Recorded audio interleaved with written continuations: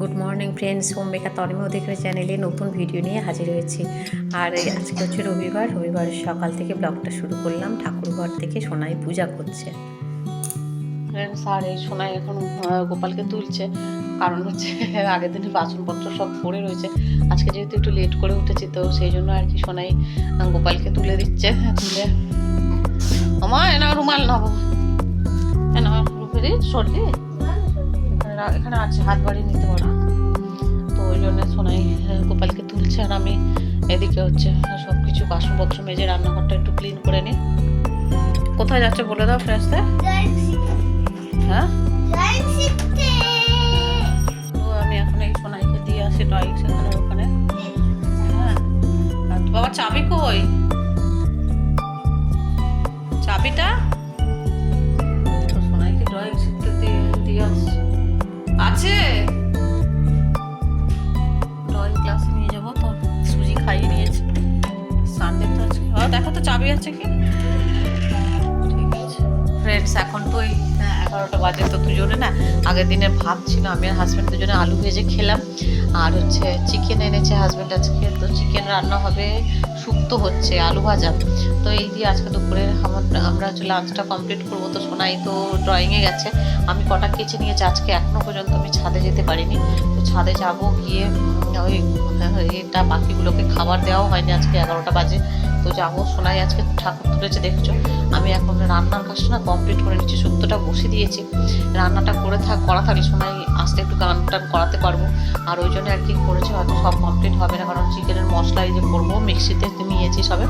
ঠিক আছে, চলো বন্ধুরা, আর সময় নষ্ট না করে কাজ বাজগুলো সেরে ফেলি।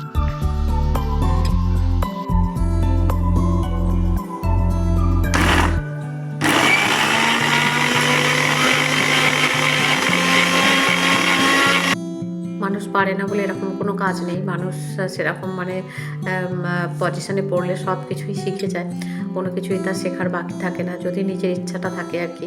আমার আগে কী বলতো, একদম রান্না বান্না এইসব আমার একদম ভালো লাগতো না। বিয়ের আগে রান্নাঘরে আমি তেমন যেতামও না, আর রান্নার প্রতি আমার কোনো ইন্টারেস্টই ছিল না।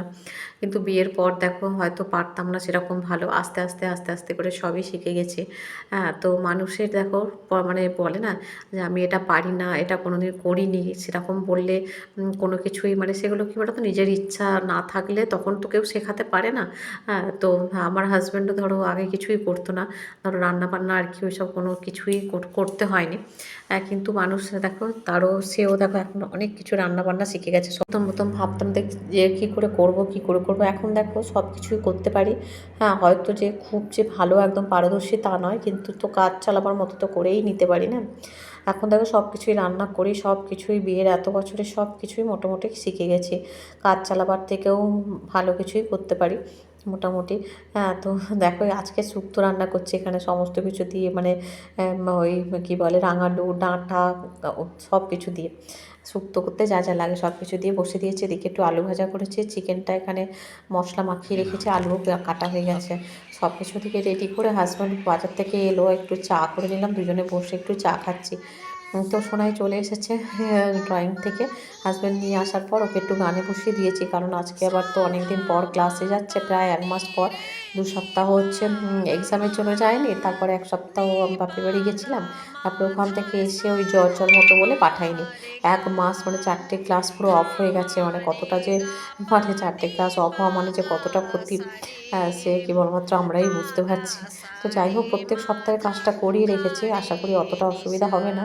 তবুও সোনাইকে করাচ্ছে, কিন্তু এত কাশি হয়েছে না মেয়েটার, মানে একটু এরকম গান করতে গেলে তো দমের প্রয়োজন হয়, আর তখনই না মানে কাশছে আর কি। তো কাশির জন্য কত কিছু মানে খাওয়াচ্ছি, কমেছে আগের থেকে, কিন্তু ওই আর কি কিছু কিছু সময় এত দমকা কাশি হয় যে তখন মানে খুব মানে দেখলেও তোমার কষ্ট হয়। কিন্তু কী করবো, এতদিন ক্লাস অফ হয়েছে, এই সপ্তাহে তো যেতেই হবে। তো একটা এক্সামও হয়ে গেছে এর মধ্যে, সেটাও দিতে পারিনি। আর দেখো সোনার চোখ মুখ না বসে গেছে একদম, মানে কদিন ধরে সর্দি কাশির জন্য খাওয়া দাওয়াটাও একদম করতে পারছে না তেমনভাবে। তো এটা ওটা করে দিচ্ছে, কিন্তু ওই আর কি একটু মুখে দিচ্ছে, ভালো লাগছে না, মুখে ভালো লাগছে না।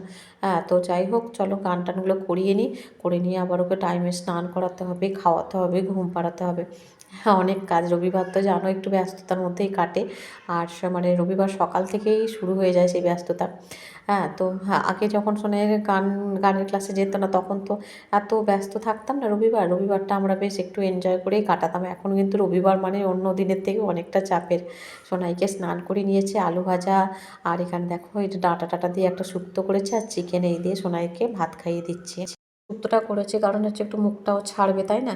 তো ওই সেই জন্য সোনাইকে শুক্তোটা করে মানে শুক্তোটা করেছি আর কি সোনাইয়ের জন্যই মেনলি। আর একটু বেশি করেই তো করেছি, সবাই খাবো। সোনাইও বলছে ভালো হয়েছে। তো চলো এবার ওকে খাইয়ে টাইয়ে নিই। তারপরে হচ্ছে হাজব্যান্ডটা ওকে ওদিকে খাইয়ে উঠেছি। আর এদিকে হাজব্যান্ড যা আজকে বাজার হাট করে এনেছে জায়গা মতো গুছিয়ে নিচ্ছে, কারণ হচ্ছে আমারও সময় অতটা নেই।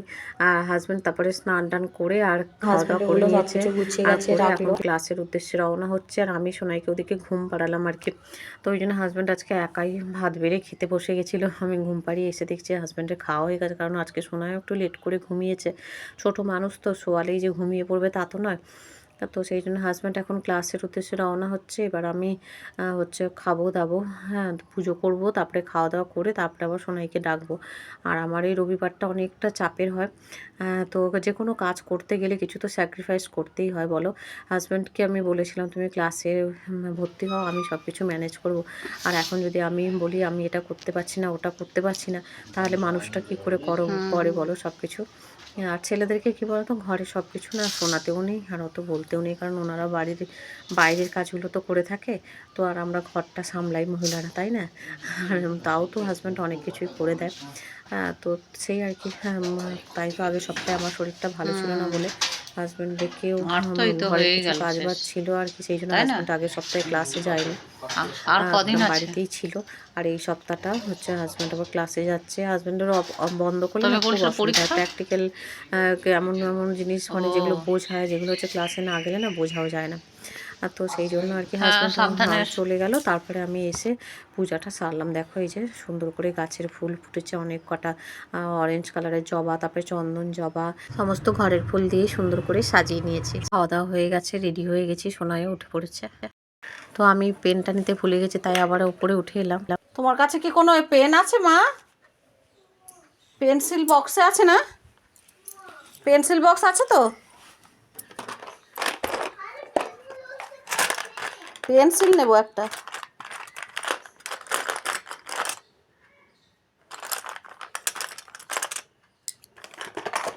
চলো এই বসে আছি।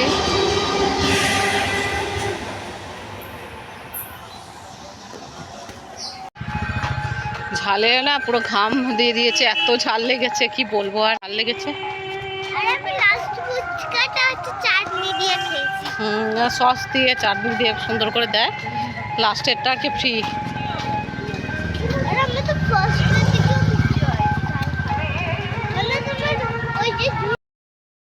তো সোনাই আর আমি দুজনে না ফুচকা খেলাম। আর হাজব্যান্ডকে ফোন করছি, হাজব্যান্ডকে বলেছিলাম যে একটু লেট হবে, তো হাজব্যান্ড এখনও আসেনি। তো আমি আর সোনাই ফুচকা খেয়ে আর এই যে দেখো এখানে কালী মায়ের মন্দির প্রণাম করলাম করে, আর এই যে রাস্তায় হাঁটছি। আর এই সামনের দোকান থেকেই আমরা এগরোল নিই আর কি। আর এখানে খুব সস্তা এবং খুব বেশ সাইজটাও বেশ সুন্দর আর কি, এগরোল পাওয়া যায়, টেস্টিও করে খুব ভালো। তো ওখান থেকে এগরোল নিয়ে দোকান পেরিয়ে আর হেঁটে যাচ্ছি। হাজব্যান্ড ফোন করেছিল, বললো যে সন্ধ্যা দিচ্ছিল, তো সেই জন্য আর কি ফোনটা রিসিভ করতে পারেনি। তো হাজব্যান্ডও আসছে, আমি আর সোনাই হেঁটে হেঁটে যাচ্ছি আর দুজনে গল্প করছি, ভালোই লাগছে। আবার শুনতে পাচ্ছি সামনে কোথাও প্রোগ্রাম হচ্ছে, চলো প্রোগ্রামে যাই।